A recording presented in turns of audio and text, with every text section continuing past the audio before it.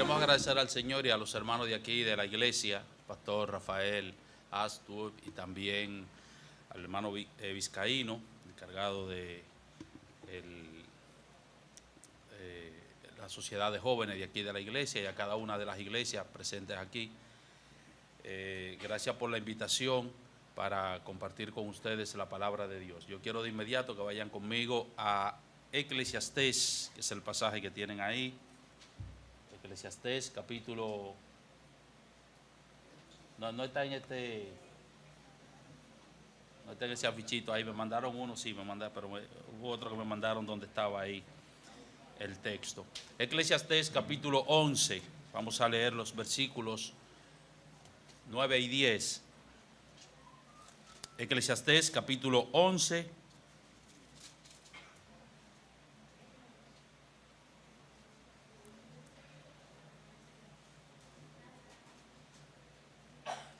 Vamos a leer los versículos 9 y 10.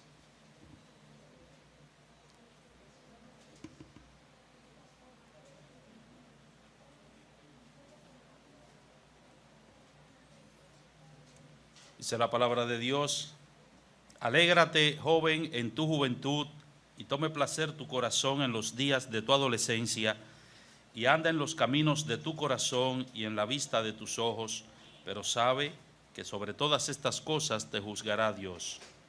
Quita, pues, de tu corazón el enojo y aparta de tu carne el mal, porque la adolescencia y la juventud son vanidad.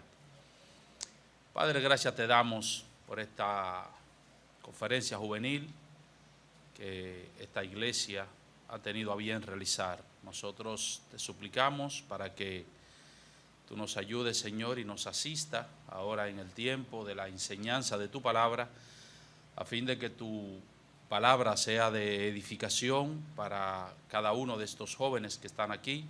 Y si alguno de ellos todavía no ha tenido un encuentro personal con Cristo, oramos para que tu palabra, oh Dios del cielo, sea usada por tu Espíritu para traerlo a la conversión. Nosotros te suplicamos tu ayuda y te imploramos para que nos permita siempre darte toda la honra y la gloria. En el nombre de Cristo. Amén.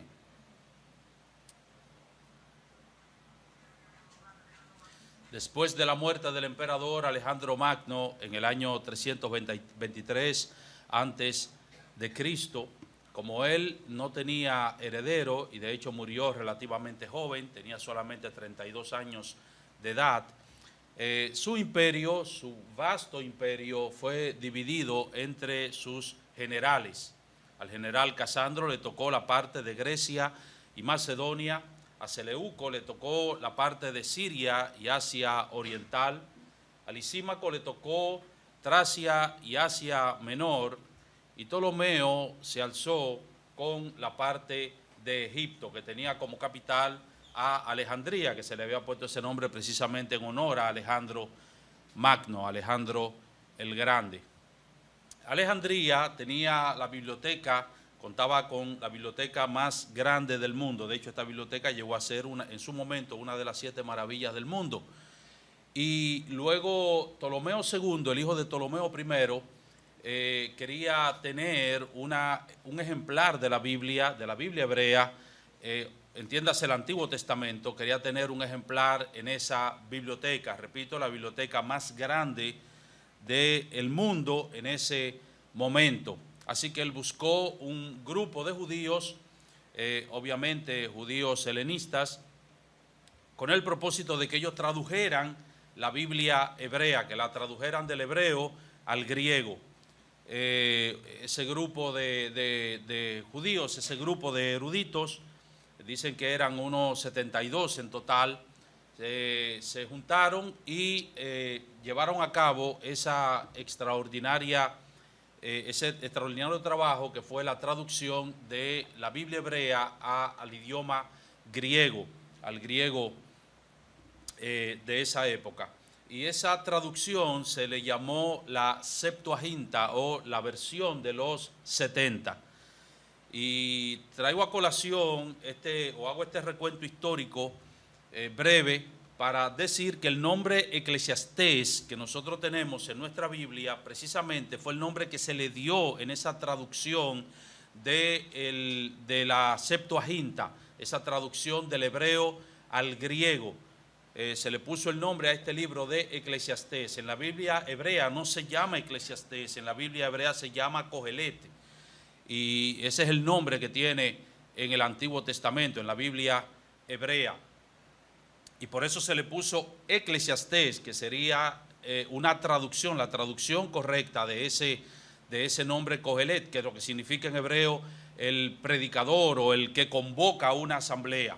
Eclesiastés significa básicamente lo mismo. La palabra eclesiastés procede de la misma raíz que la palabra iglesia que nosotros usamos. La palabra eclesía es una palabra compuesta por el prefijo ek, que significa hacia afuera, sacar hacia afuera, y el verbo griego kaleo, que significa llamar, en el caso de eclesía. En el caso de eclesiastés es el que llama o el que convoca. El que convoca o el que convoca una asamblea, o el que dirige la asamblea, o el que da el discurso en una asamblea. Y por eso en la Biblia hebrea se le llama también el predicador, y a veces también en nuestra traducción se le llama así el predicador. Ahora, Eclesiastés es un libro que pertenece a la literatura poética, a la literatura poética. Aunque este libro es un libro, no es como Proverbio, no es un libro sobre Proverbio, es un libro más bien reflexivo. Es un libro en el que Salomón, al parecer, al final de sus días, él comienza a reflexionar acerca de lo que es la vida. Y para nosotros entender este libro, hay dos palabras que son clave en este libro para nosotros poderlo entender y que se usan mucho a lo largo de todo el libro, y es la palabra debajo del sol. Y básicamente es una reflexión de lo que se hace en este mundo, lo que se hace en esta vida. Es una reflexión acerca de la vida, pero acerca de la vida debajo del sol, y por eso se utiliza mucho esa expresión debajo del sol. Y la otra palabra es la palabra vanidad, que tiene unos 3 significados en este libro dependiendo el contexto. Y aquí en estos versículos que nosotros vamos a estudiar en esta tarde, básicamente lo que Salomón está haciendo es esto que nosotros tenemos aquí. Nosotros podemos ver el texto desde un punto de vista, desde el punto de vista de un mandato que él está dando. Nosotros lo podemos ver en modo imperativo, como que Salomón está mandando al joven aquí a alegrarse, pero nosotros también podemos ver el texto quizás desde el punto de vista de un tono irónico en el que Salomón está hablando. Quizás que él está diciendo, mira, tú puedes hacer esto, puedes hacer lo otro, pero al final, mira lo que va a pasar.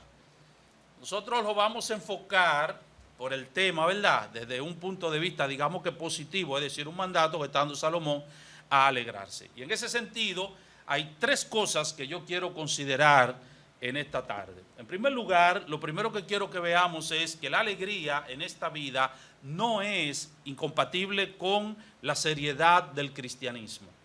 La alegría no es incompatible con la seriedad del cristianismo. Muchas personas tienen la idea de que la vida cristiana es contraria a la alegría y el disfrute de esta vida presente. Esa es la idea que mucha gente tiene, y de hecho, yo no sé si a alguno de ustedes le pasó eso o le ha pasado eso, que cuando llegó a la iglesia, como que de repente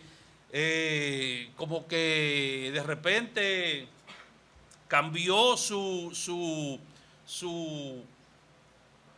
¿cómo decirlo? Cambió sí, pero no su perspectiva, sino como su personalidad, en el sentido, por ejemplo, de que quizás usted era una persona jovial, quizás usted era una persona alegre, pero de repente se convirtió y quizás en la iglesia le dijeron o le enseñaron, o quizás simplemente no se lo enseñaron. Usted trajo esa idea de que ahora usted se convirtió y ahora usted tiene que ser una persona que tiene que andar por la calle entruñada, etcétera, etcétera, etcétera.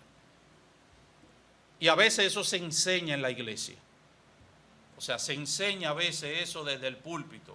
Y usted no se puede reír, porque si usted se ríe, todo el mundo voltea a mirar. Oh, ¿y qué fue lo que pasó? Que la persona se está riendo. O si alguien por ahí lo ve, le dice, no, pero el cristiano no se ríe. El cristiano es una persona que anda siempre entruñada, es una persona que anda con el rostro adusto. Y eso es lo que mucha gente entiende del cristianismo. Pero en realidad eso no es así. Salomón dice aquí en el versículo 9, alégrate, alégrate. Y el verbo hebreo que se traduce ahí como alegrarse proviene de una raíz que significa iluminar. Y la idea es que el creyente no debe andar, repito, entruñado, sino que debe ser una persona jovial, debe ser una persona alegre. De hecho, el mismo Salomón dijo en otro lugar en Proverbios que el corazón alegre, ¿qué hace? Hermosea el rostro. Y hay gente que no son feas, pero se ven feas. Y se ven feas precisamente por eso, porque siempre andan entruñados, siempre andan como el que le deben y no le pagan. Y entonces imagínense una persona que siempre anda así, una persona que no interactúa con las otras personas, una persona que no es gentil, una persona que no es amable. Es una muy mala recomendación para la fe cristiana. Y por eso es que hay gente que dice, por eso yo no me convierto, porque es que los cristianos siempre andan aburridos. Siempre andan como aburridos. Entonces le está diciendo aquí, no, eso no es así. Alégrate. Ahora bien, permítanme poner esto en perspectiva. Cuando decimos aquí que la alegría y el disfrute de esta vida no son incompatibles con el cristianismo bíblico, obviamente que no nos referimos a esa chabacanería que algunos jóvenes quieren introducir en el cristianismo y en la iglesia. No nos referimos a eso, porque ahora nosotros estamos viviendo en una época donde los jóvenes, sobre todo, quieren traer esa chabacanería del mundo y quieren introducirla en la iglesia. Y entonces con eso de formar lo que es el cristianismo bíblico. No, el cristianismo bíblico es algo serio, serio, muy serio. Pero una cosa es que el cristianismo es serio, que sea serio, otra cosa es que la iglesia sea seria, ¿verdad? Y que por eso yo no pueda ser una persona jovial. Y otra cosa es que yo sea una persona jovial y repito, que yo quiera introducir en la iglesia ese desorden que nosotros vemos ahora en algunos círculos evangélicos. Estos jóvenes que quieren hacer de la iglesia y el cristianismo una especie de parque de diversiones, donde pueden hacer todo lo que se les ocurra hacer, todo lo que a ellos les haga sentir bien. No han entendido que el cristianismo es enormemente serio. El evangelio es serio. Las advertencias de Cristo son serias. El infierno es serio. Las intenciones de Satanás son serias también. El cielo que nos espera es también serio. De manera que nosotros no podemos hacer del cristianismo un desorden, ni de la iglesia un desorden, ni tener en la iglesia, repito, tratar de convertirla en una especie de parque de diversiones. Como en una ocasión dijera alguien en un campamento de jóvenes, que nosotros venimos aquí a divertirnos. Sí, pero espérate, ¿a divertirnos en qué sentido? ¿A divertirnos en qué contexto?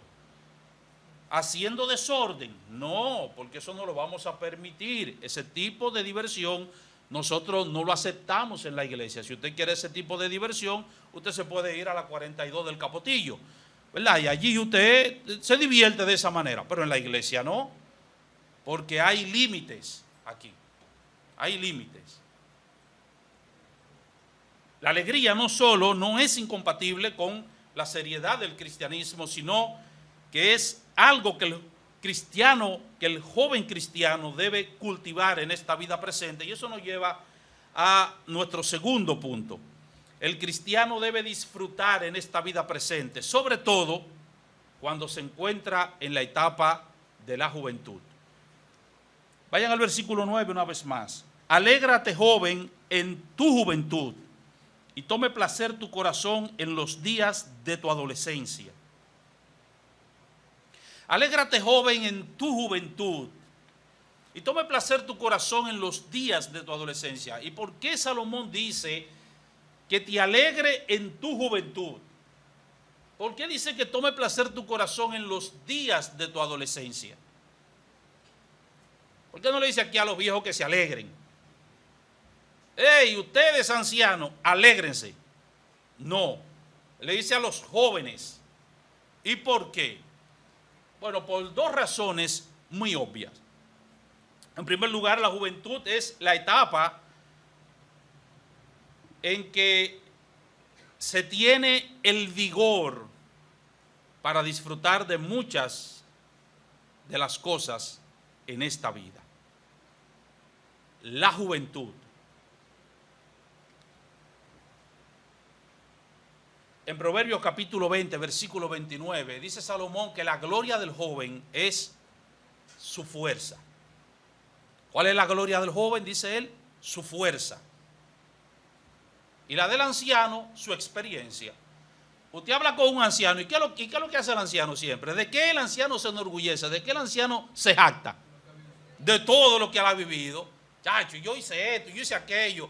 Y él puede durar una semana haciendo la historia acerca de su experiencia, de su vivencia, porque esa es su gloria, y él se jacta de eso. Ahora, el joven no tiene tanta experiencia, de manera que no se puede sentar a dar una cátedra de su experiencia. ¿De qué habla el joven generalmente? ¿De qué se enorgullece? ¿De qué se jacta?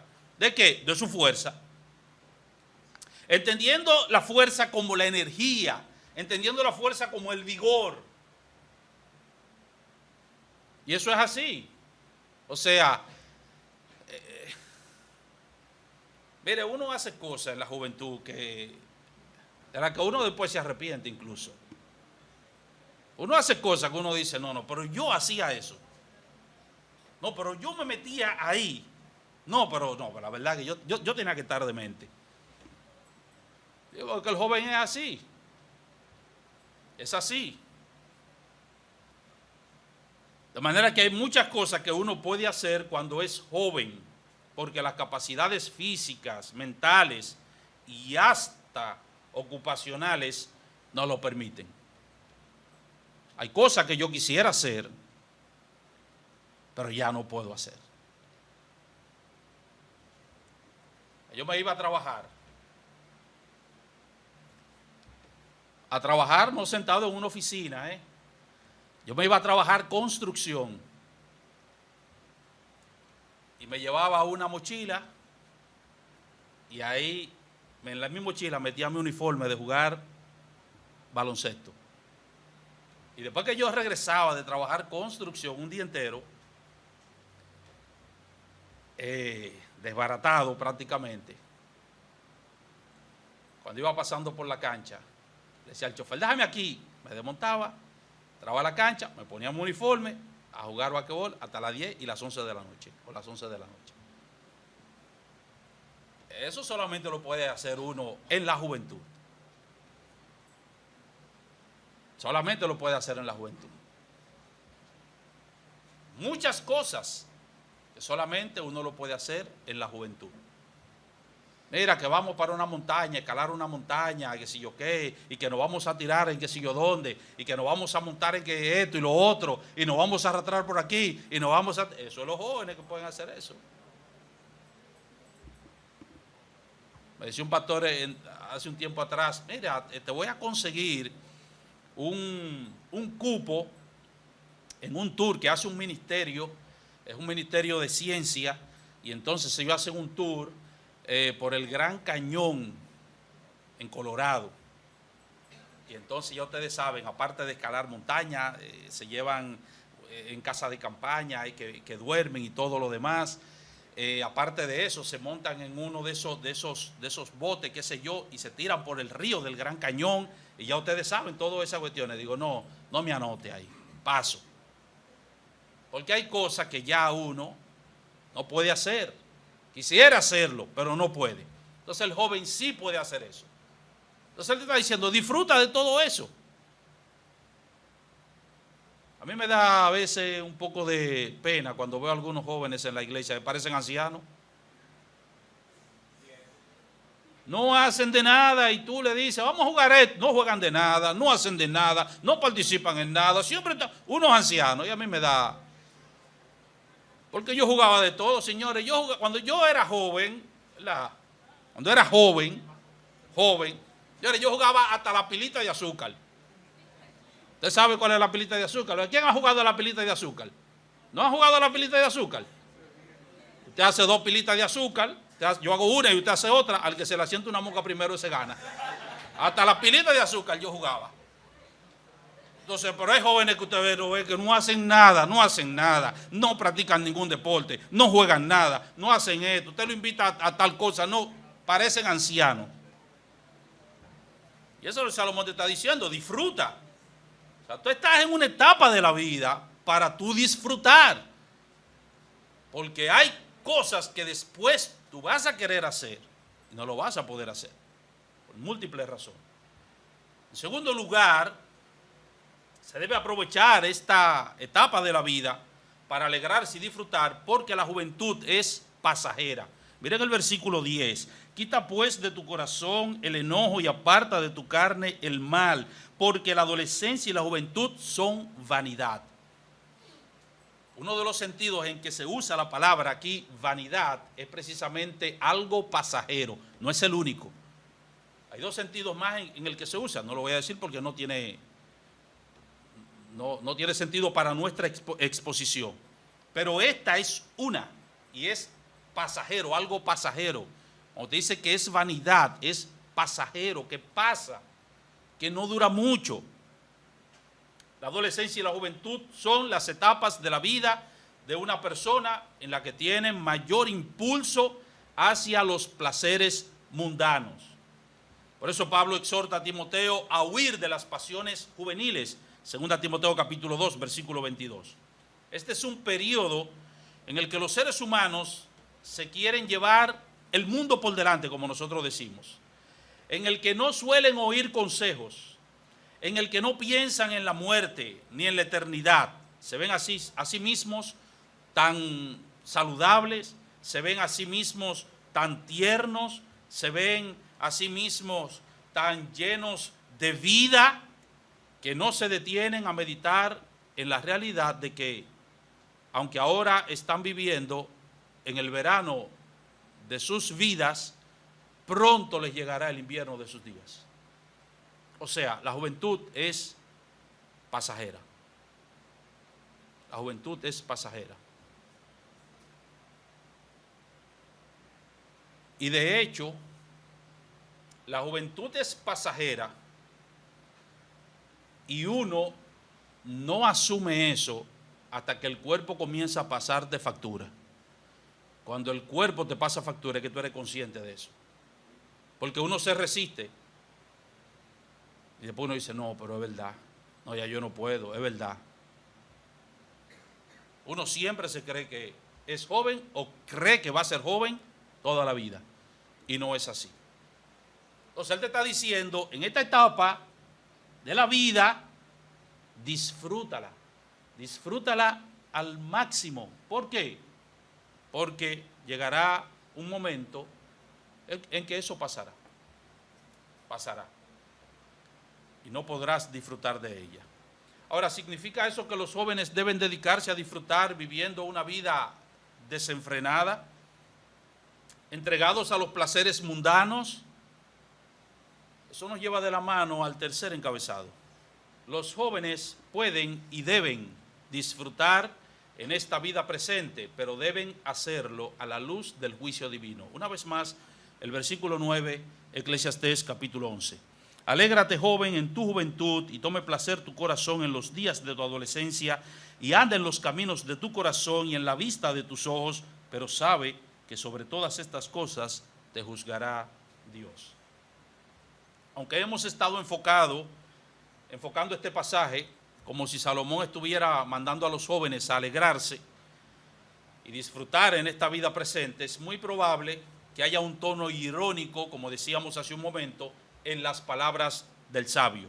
Es posible que Salomón esté diciendo, puedes disfrutar todo lo que tú quieras en esta vida presente, puedes andar en los caminos de tu corazón, tú puedes andar en la vista de tus ojos, pero te voy a decir algo, un día tú tendrás que presentarte delante de Dios para rendirle cuentas.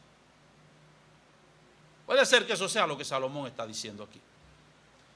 Ahora, sea que Salomón esté dando un mandato a alegrarse y disfrutar de esta vida, o sea que Salomón esté hablando en un tono irónico, el punto es el mismo. Un día nos vamos a presentar delante de Dios. Un día nosotros tendremos que rendirle cuentas a Dios. Tenemos que vivir la vida a la luz de la eternidad. Tenemos que vivir la vida a la luz del juicio de Dios. Y eso me parece que muchos jóvenes tienden a ignorarlo. Este juicio del que se habla aquí debe ser considerado en dos sentidos. En primer lugar, el joven debe saber que una vida entregada al disfrute de los deleites temporales del pecado tiene consecuencias terribles en esta vida presente. Casi siempre que nosotros vemos en la Biblia la palabra juicio, nosotros pensamos siempre en el juicio escatológico. Casi siempre pensamos en el gran trono blanco y a Dios que está sentado allí. Casi siempre pensamos en eso. Sin embargo, muchas veces los juicios que se mencionan en la Biblia, aunque en la mayoría de los casos apuntan hacia el final del siglo, sin embargo, muchas veces esos juicios son recibidos aquí y ahora. O apuntan también a consecuencias que nosotros recibimos aquí y ahora. ¿Cuáles son esas consecuencias que nosotros podemos recibir en esta vida presente por vivir una vida entregada a los deleites temporales del pecado? Número uno, algunos pierden la salud por causa de los pecados cometidos en su juventud. Eso que Salomón te está diciendo. De hecho, si ustedes miran el versículo 10 de Eclesiastés, en el versículo 10, el énfasis es precisamente ese. Cuando Salomón dice en el versículo 10, quita pues de tu corazón el enojo y aparta de tu carne el mal, porque la adolescencia y la juventud son vanidad. Y en todo el contexto, si miran el versículo 7, se van a dar cuenta que Salomón está apuntando también a eso. Dice, suave ciertamente es la luz y agradable a los ojos ver el sol. Pero aunque un hombre viva muchos años y en todos ellos tenga gozo, acuérdese sin embargo que los días de la tiniebla serán muchos, todo cuanto viene es vanidad. ¿Lo ven? O sea, Salomón está enfocando el asunto y te está diciendo, mira, ten cuidado como tú vives, ten cuidado con lo que tú haces, ten cuidado cómo tú te conduces. ¿Por qué? Porque vas a tener consecuencias en esta vida presente. Y una de esas consecuencias, por ejemplo, es la pérdida de la salud, la pérdida de la salud. Algunos han contraído enfermedades venéreas, por ejemplo, como el VIH, por tener relaciones sexuales antes del matrimonio, en su juventud. Otros son adictos a las drogas. ¿Y por qué? ¿Por qué? Bueno, porque comenzaron a consumir drogas en la adolescencia y en la juventud y ahora son adictos. Otros han sufrido la pérdida de un miembro de su cuerpo, quizás en un pleito, quizás en un accidente, por hacer cosas indebidas o por andar conduciendo bajo los efectos del alcohol. Y así nosotros podemos mencionar una serie de cosas que las personas a veces se acarrean por pecados, por acciones pecaminosas cometidas en la adolescencia y en la juventud. Número 2, algunos viven en la miseria debido al pecado de ociosidad cometido también en la juventud. ¿Qué es lo que le gusta al joven regularmente y al adolescente? ¿Qué es lo que le gusta al joven y al adolescente por lo regular? ¿Son laboriosos los jóvenes y los adolescentes en sentido general? ¿Son laboriosos? ¿Son personas laboriosas, estudiosas? ¿Son personas que entienden perfectamente que ahora están ellos en un periodo de siembra en su vida para luego cosechar los buenos frutos en el futuro? ¿Ellos entienden eso y procuran ellos prepararse? ¿Están enfocados en eso? No, el joven en sentido general no le interesa eso. No le interesa eso. Muchos son ociosos, son vagos. Todo lo que implique trabajo, ellos lo rechazan. Ay, no, eso es mucho trabajo, yo sé eso, mira eso, ahora tengo que estudiar esto, y ahora tengo que estudiar aquello, y me pusieron mucha tarea en la escuela, y me pusieron mucha tarea en la universidad. Pero el asunto es que usted se está preparando ahora. Usted se está preparando ahora para el futuro. Y esta es la etapa para usted prepararse para el futuro. Usted debe ser ahora una esponja que absorba todo lo que usted pueda absorber bueno para el futuro. Porque llegará un momento que no lo va a poder hacer. Así que hay un montón de jóvenes que viven en una tremenda precariedad económica porque desperdiciaron la oportunidad de oro para ellos aprender. No obtuvieron conocimiento cuando sus mentes estaban más capacitadas para recibirlo y sus memorias más preparadas para retenerlo. Porque ahora es el tiempo, la adolescencia y la juventud. Ah, no, pero los jóvenes lo que quieren es pasarse el día entero chateando, hablando tonteras y qué sé yo qué, y en eso es que están. Y entonces después se están lamentando. No te puede lamentar después, porque ahora es que usted tiene que prepararse. Es ahora que usted tiene el tiempo. Ahora que usted no tiene una esposa que mantener, que no tiene hijos que mantener, que no tiene una casa que pagar, una renta que pagar, ni tiene que comprar comida, porque le dan todo. Usted tiene que aprovechar eso ahora, para usted prepararse. Porque después usted va a vivir en una miseria económica, en una precariedad económica. ¿Y por qué? ¿Qué usted sabe hacer? Mira, con un empleo. ¿Y qué usted sabe hacer? Nada. Entonces, ¿qué empleo que te vamos a dar? ¿Qué empleo que te vamos a dar? Bueno, vamos a llevarte allá, sí, bueno, a ver si ya, qué sé yo, necesita alguien ahí que recoja la basura y la cosa y te paguen 3 pesos. Eso es así. Entonces usted tiene que prepararse ahora. Este es el tiempo para usted prepararse.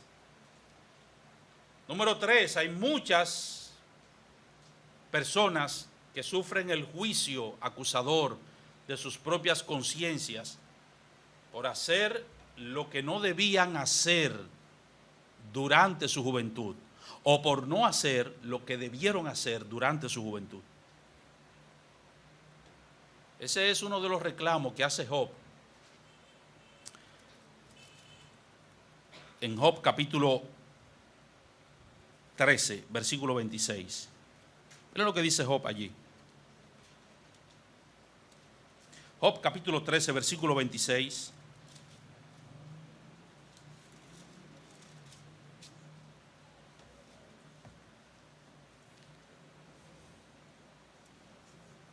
¿Por qué escribes contra mí amarguras y me haces cargo de los pecados de mi juventud? Nadie, probablemente Job lo que está haciendo es acusado quizás por alguna conciencia, por su conciencia, quizás había cometido algunos pecados en su juventud y él lo tiene fresco en su conciencia y le está diciendo, va acá, ¿y por qué? Él dice ahora, ¿por qué tú escribes contra mí? Dice él, contra mí amarguras y me hace cargo de los pecados de mi juventud. O sea, parece que tiene eso en la mente. David pidió al Señor que no se acordara de sus pecados y sobre todo de los pecados de su juventud. Le dice, Señor, no te acuerdes de mi pecado. Los pecados en mi juventud, los pecados de mi juventud, él lo tenía presente. Ahora, eso es como Extraño a veces que una gente esté diciéndole al Señor, no te acuerdes, ya un hombre viejo dice, no te acuerdes de los pecados de mi juventud. ¿Tú te acuerdas, Señor, los 200 pesos yo le cogí a mi mamá que estaban en el... No te acuerdes de eso.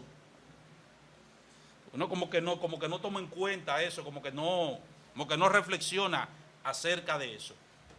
Lo cierto es que muchos quisieran encontrar el túnel del tiempo para regresar al pasado y evitar cometer muchos pecados que nosotros cometimos en la juventud. De hecho, todo el que llegó al evangelio adulto, se arrepiente de eso. Y se arrepiente de no haberse convertido más temprano. ¿Y saben por qué se arrepiente de no haberse convertido más temprano? Es precisamente por todos los pecados que cometió y hábitos pecaminosos que desarrolló durante su vida de incrédulo.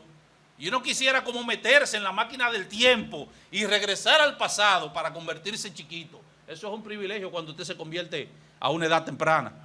Un privilegio. ¿Sabe por qué? Porque el Señor le va a librar de muchas cosas, de muchos hábitos pecaminosos, con lo cual uno tiene que seguir batallando todavía. Al sol de hoy tiene uno que seguir batallando con eso. Son realidades y situaciones en las que uno se metió que pudo haberlo evitado. Señor, yo quisiera regresar al pasado para no meterme en ese problema que yo me metí serio, para no meterme en eso, para evitar aquello, para evitar lo otro.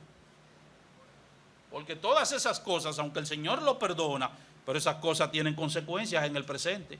¿O usted cree que no? Sí, tienen consecuencias en el presente. En segundo lugar, el joven debe saber que una vida entregada al disfrute de los deleites temporales del pecado tiene consecuencias eternas. Así que no podemos ver solamente las consecuencias del pecado en esta vida presente, que las hay, sino también y sobre todo las consecuencias eternas. No es solo que el pecado tiene sus consecuencias en esta vida presente, sino que además y sobre todo, una vida entregada a Él conducirá al infierno eterno. Mateo capítulo 5, versículo 27, Cristo dijo, oísteis que fue dicho, no cometerás adulterio. Pero yo os digo que cualquiera que mira a una mujer para codiciarla, ya adulteró con ella en su corazón. ¿Y qué hago entonces, Cristo? Por tanto, si tu mano derecha te es ocasión de caer, córtala y échala de ti, pues mejor te es que se pierda uno de tus miembros y no que todo tu cuerpo sea echado en el infierno. Y si tu ojo derecho te es ocasión de caer, sácalo y échalo de ti, pues mejor te es que se pierda uno de tus miembros y no que todo tu cuerpo sea echado al infierno. ¿Qué es lo que el Señor te está diciendo aquí? Las prácticas pecaminosas tienen consecuencias y tienen consecuencias eternas. La práctica del pecado, de los deleites pecaminosos, te llevará al infierno con toda duda, sin ninguna duda, perdón. Te llevará, con toda seguridad, te llevará al infierno eterno. Y por eso la recomendación del Señor es, si tu mano derecha te es ocasión de caer, córtala. Pero, pastor, ¿cómo así? ¿Que me corte la mano? No, en sentido figurado. Lo que el Señor te está diciendo es, corta eso, corta toda aquella práctica pecaminosa, córtala. Todo aquello que te pueda conducir al infierno, córtalo. Se trata de algo instantáneo, de algo violento y de algo que duele. Y por eso que te está diciendo eso. No es literal, porque si fuera literal, imagínese, se quedara uno mocho. Sí, porque él te dice, corta la mano derecha. ¿Y por qué la mano derecha? Sácate el ojo derecho. Ajá, pero si me corto la mano derecha, todavía tengo la izquierda. Sácate el ojo derecho. Si me saco el ojo derecho, todavía tengo el izquierdo para seguir viendo. ¿Por qué? Bueno, porque tanto la mano derecha como el ojo derecho para el judío representaba, la mano derecha representaban todo lo que era las acciones y el ojo derecho lo que era la vista. O sea, la capacidad de ver, la capacidad de agarrar, la mano derecha. Entonces, por eso que Cristo le dice eso. Y te está diciendo, es algo violento, es algo instantáneo, es algo doloroso, obviamente. Doloroso. Porque la gente llega a la iglesia y dice, no, sí, el Señor me lo va a ir quitando al paso. No, al paso, ¿cómo al paso? Córtalo, te está diciendo, sácalo. No, sí, al paso yo. No, que eso no es cuestión de llegar al paso. Esto es Hogares Crea. He llegado a Hogares Crea y usted es un adicto y comienzan a darle. ¿Cuánto es que tú consumes diario? ¿Cuántos gramos que tú consumes diario? Bueno, vamos a irte quitándolo al paso. Y te van reduciendo la dosis hasta que te va limpiando. Por eso Hogares Crea. La iglesia no es Hogares Crea. El cristianismo no es Hogares Crea. La práctica pecaminosa, córtela. Si usted es un cristiano, tiene que cortar eso. Porque si no, va a terminar en el infierno. Eso es lo que el Señor le está diciendo aquí. No es de otra manera. Hemos visto entonces que el joven cristiano, que la alegría y el disfrute de la vida no es incompatible con la naturaleza del cristianismo y la seriedad del cristianismo. O sea, podemos ser cristianos y podemos ser personas joviales. En segundo lugar, vimos no solamente eso, vimos que el joven debe alegrarse. El joven debe alegrarse, el joven debe disfrutar en esta vida presente. Y en tercer lugar, vimos que ese disfrute de esta vida presente debe hacerse a la luz de la eternidad. Algunas palabras a modo de conclusión. En primer lugar, nosotros podemos disfrutar en esta vida dentro del marco de la voluntad de Dios, pero no debemos hacer de los placeres de esta vida el fin principal de nuestra existencia. Una de las maldiciones de esta época que nosotros estamos viviendo, no porque sea de esta época, eso comenzó en el siglo IV antes de Cristo, pero una de las maldiciones que nosotros estamos viviendo en esta época es el hedonismo. Esa búsqueda de satisfacción personal, esa búsqueda de bienestar a través de los placeres sensuales y materiales. La frase favorita de la gente es: lo importante es que te haga sentir bien, que te sientas bien. No importa si es correcto, no importa si es incorrecto, lo importante es que tú te sientas bien. Si te sientes bien, eso es correcto. Porque eso es lo importante. Eso es una maldición, porque la gente llega a la iglesia precisamente buscando eso.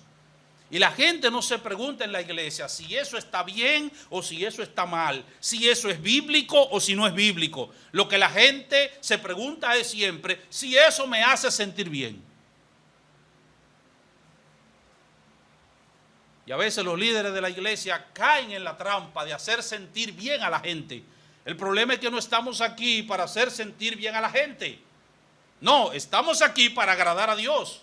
Estamos aquí para honrar a Dios. Ahora, se supone que el honrar a Dios debe hacer sentir bien a aquellos que son de Dios. Pero el objetivo no es hacerte sentir bien. El objetivo es que Dios se sienta bien. Ese es el objetivo. Que Él sea agradado. Y si agradándolo a Él, entonces eso te agrada a ti, la gloria para el Señor. Pero cuando tu agrado y el agrado de Dios son contrarios, es necesario obedecer a Dios antes que a los hombres. Así que no estamos nosotros para agradar a la gente. La iglesia no está para eso. La iglesia está para agradar a Dios. Pero la gente anda buscando un cristianismo a la carta. Y eso es lo que le sirve en muchas iglesias. Y por eso que usted ve en muchas iglesias, tiene que usted dice, no, pero ¿y cómo va a ser? En la iglesia, no, pero esto es increíble. Porque eso es imposible. No puede ser. No, nosotros podemos disfrutar, pero ese no es el fin de nuestra existencia terrenal. Ese no es el fin. Nuestro bienestar no está en los placeres sensoriales, sino en nuestro Señor Jesucristo y su voluntad para nosotros. Colosenses capítulo 2, versículo 10, Pablo dice que nosotros estamos completos en Él. No nos falta nada. Digo, no nos falta nada. De manera que si yo no tengo un carro último modelo parqueado ahí de lujo, de alta gama, yo estoy completo en Cristo. Si yo no tengo el iPhone 15, yo estoy completo en Cristo.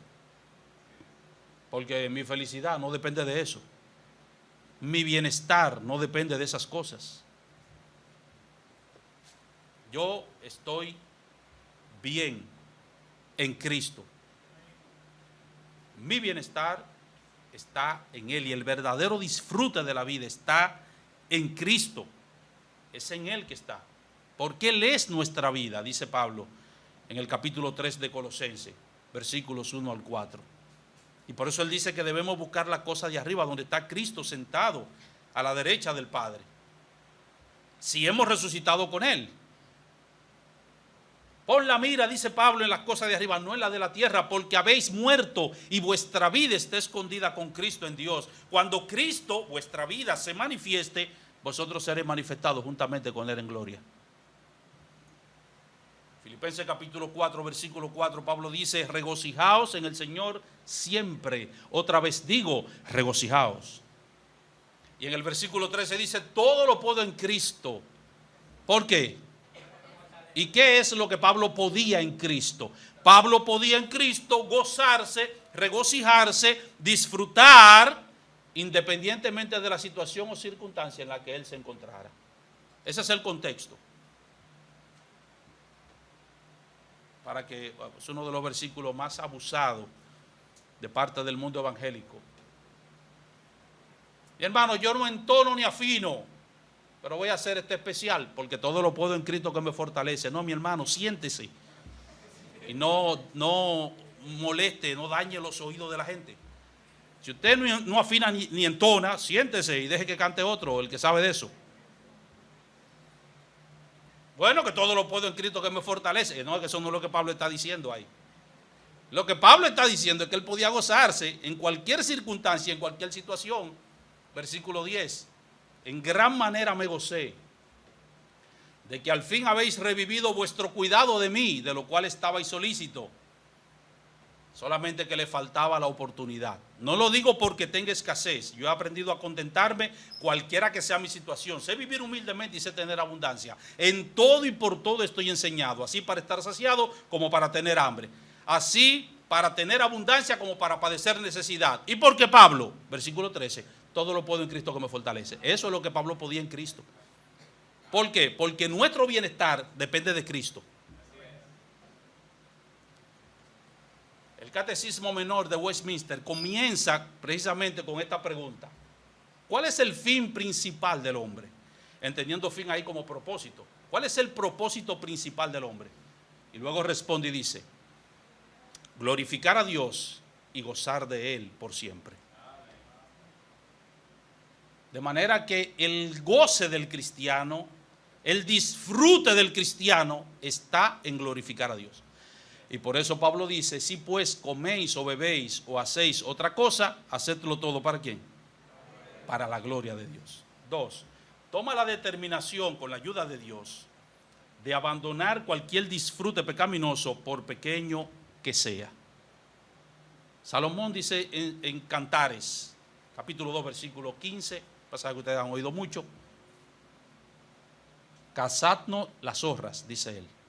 ¿Las zorras cuáles? ¿Y por qué? ¿Por qué? Porque esas son las que dañan el sembrado. Aplicando eso a lo que estamos diciendo, esas cosas pequeñas. No, pero que yo no, porque siempre, ustedes no han visto a los jóvenes, siempre esa es una de las frases favoritas de los jóvenes. Pues yo no veo nada de malo en eso.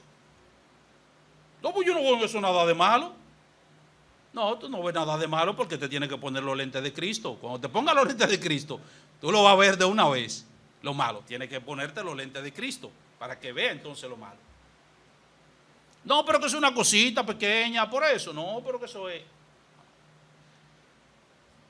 con la ayuda de Dios, determina abandonar cualquier disfrute pecaminoso, por pequeño que sea. Ten por seguro,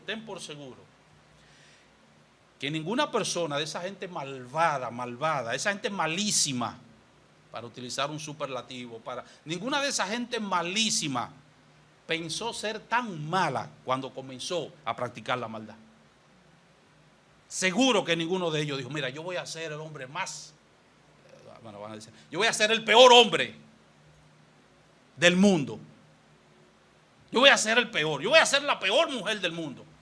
No, ellos no dijeron eso. Miren los grandes delincuentes, busquen la biografía de los grandes delincuentes que están en YouTube ahí para que ustedes vean, los que están vivos.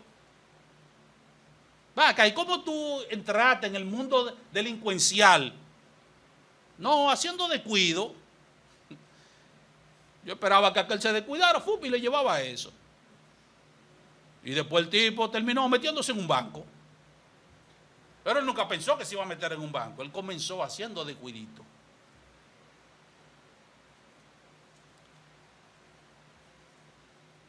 Un poco de levadura, dice Pablo, es suficiente para leudar toda la masa. 3. Procura evitar, con la ayuda de Dios, todo lo que pueda constituir una ocasión para pecar. Fíjense, no estoy hablando ahora de pecado per se, estoy hablando de todo aquello que pueda constituir una ocasión para pecar. Pero eso no es pecado, pastor. Sí, es verdad que eso no es pecado per se, pero eso te puede llevar. Si eso te puede llevar por ahí, tú lo sabes, evita eso. Yo estoy casi seguro que si David no hubiese vagado por la azotea del palacio, de su palacio en Jerusalén, yo estoy casi seguro que no hubiese visto a Betsabé bañándose. Yo estoy seguro que no hubiese terminado acostándose con ella. Y estoy seguro que no hubiese terminado asesinando a Urías. Ahora, ¿hay algo de malo en pasear por la azotea del palacio? ¿Hay algo de malo en eso? Ven.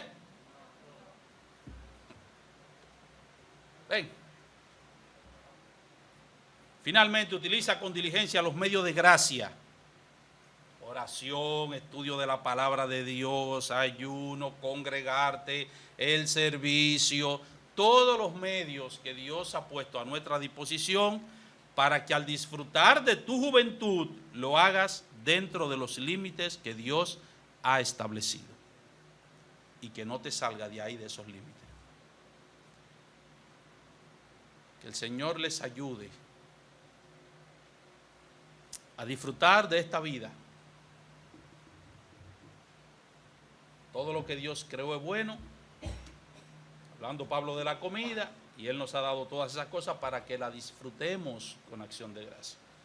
Podamos disfrutar de esta vida, pero dentro del marco de la voluntad de Dios revelada en su palabra. El Señor le bendiga.